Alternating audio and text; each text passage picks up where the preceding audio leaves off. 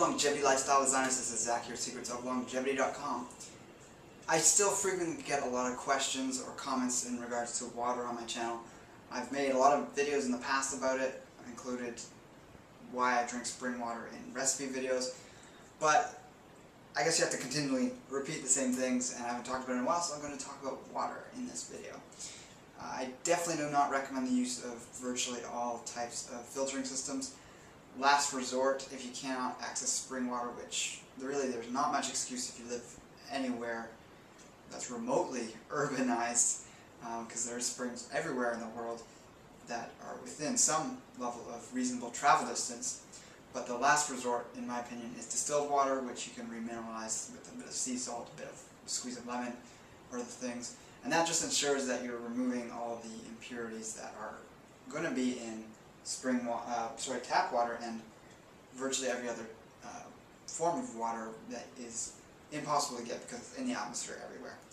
Spring water, in most cases, if it's true spring water, has been under the earth for such a long time that all these petrochemicals, medications, fluoride, chlorine, they're not existent in it in levels that are harmful to the health. Distillation does remove those things, so that's the one exception. But reverse osmosis, all these fancy filters, they're not as thorough as the planet Earth with it's like a massive filter.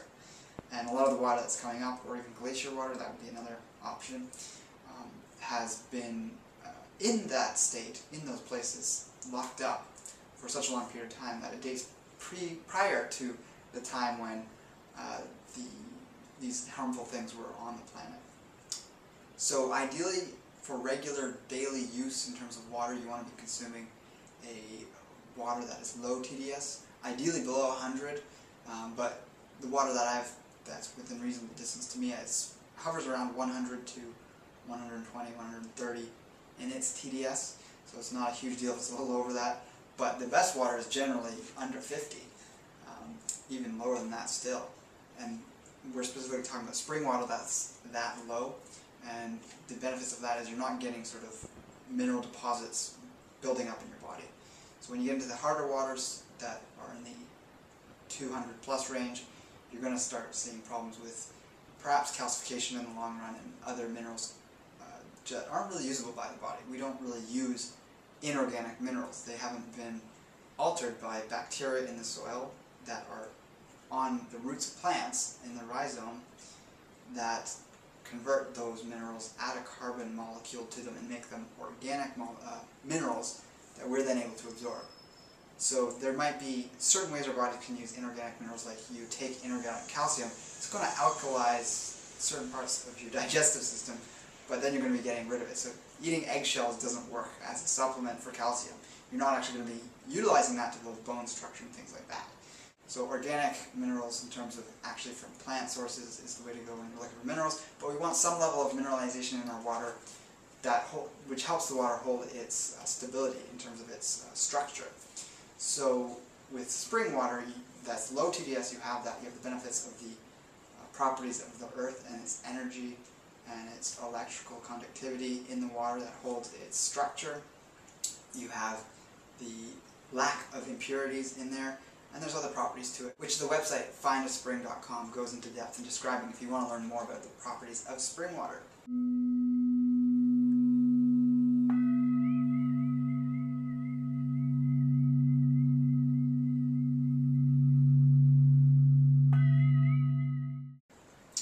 There's other types of spring water that are higher TDS that are okay to consume on limited short durations, that are more curative, that do have those mineral properties.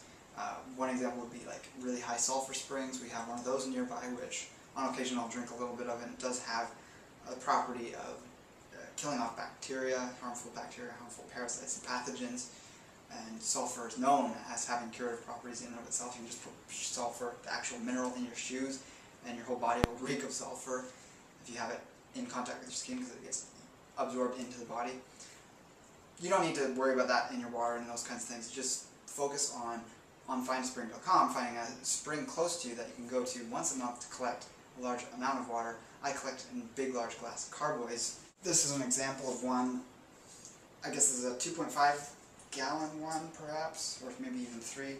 I usually collect it in 5 to 6.5 gallon carboys. Most people can't handle that weight, that would be like the maximum, but I like the workout I get, and I only need like 3 or 4 of those full. I've got 3 of the large ones, 1 medium one, which is the 5 gallon one, and 4 of those last me over a month. Ideally, the month-long period for collecting water is what you want to do, because it starts to go stale after a while, and you want to have it fresh. That's when it's at its best and most structured and vibrant. And after a while, drinking this wild water, you do get a sense that there's something about it that you can't get from filtered water or these other processed waters with their magical additives, their alkalinity and all this stuff. You want to actually have water that's slightly acidic. That's another thing to mention.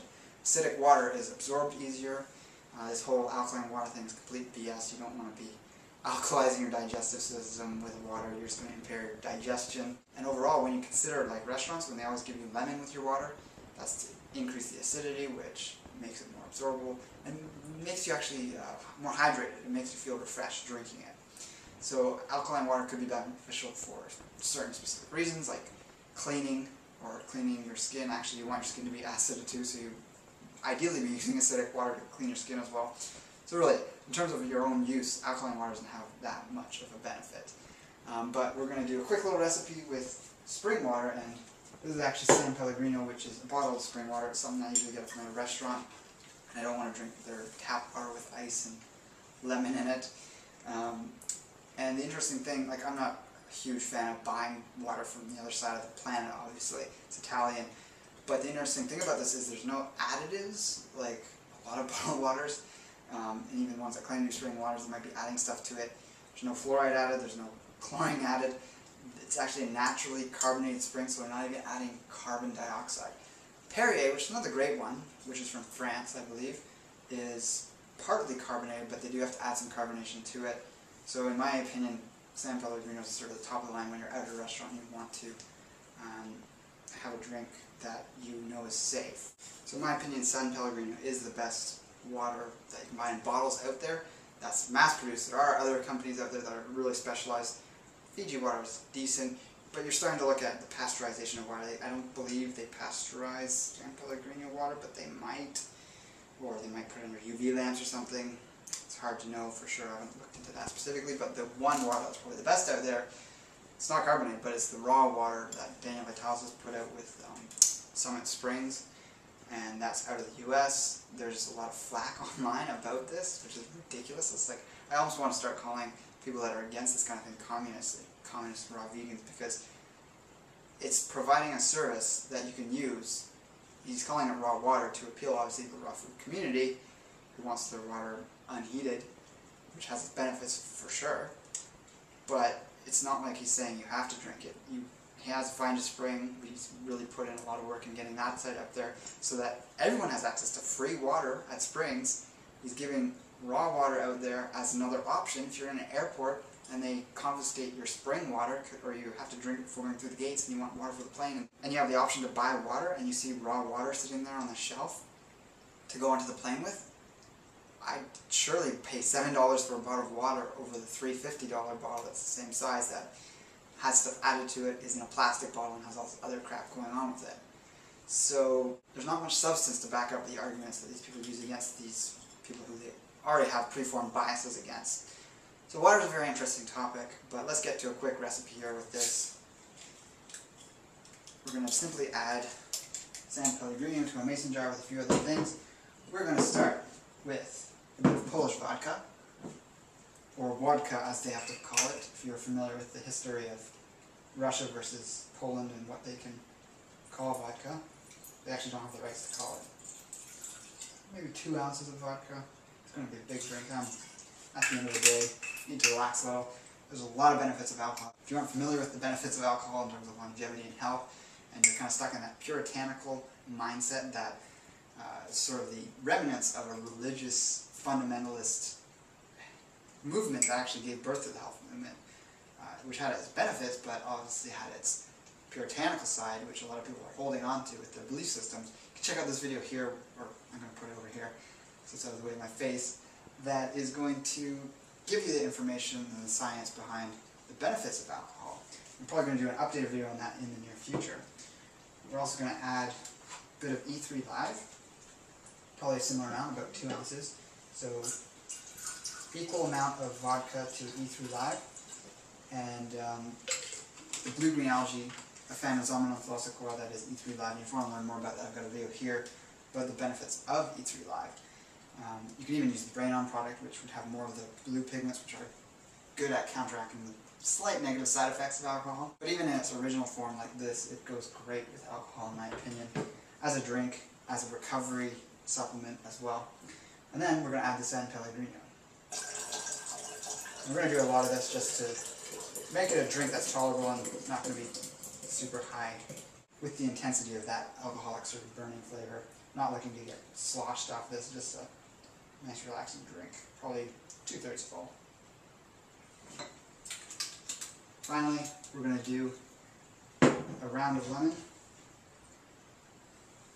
We're going to have a little bit to garnish, and we're going to squeeze a little bit of the lemon in there as well. Oh my god, it's flying apart. Do a better job at cutting your lemons. I'm no bartender, that's for sure. San Pellegrino is a hard water. It's around the 800 or 900 TDS mark, which is fine. You know, you're not drinking it daily. It's just a treat. It has its benefits in that small amount. It's great at restaurants, like I mentioned. And then you have a nice, refreshing drink. That's relaxing. And then you have a nice, refreshing drink that's relaxing on a hot summer's evening. So good. So with that, check out the links below if you want to read more about E3 Live, and also purchase them online. If you want to call them up to make an order, that helps too. If you want to mention my name, that helps me out with the affiliate program. Just say Zach Martin-Kilgour sent me or referred me, and that helps me continue to put out such great content. So also leave your comments below.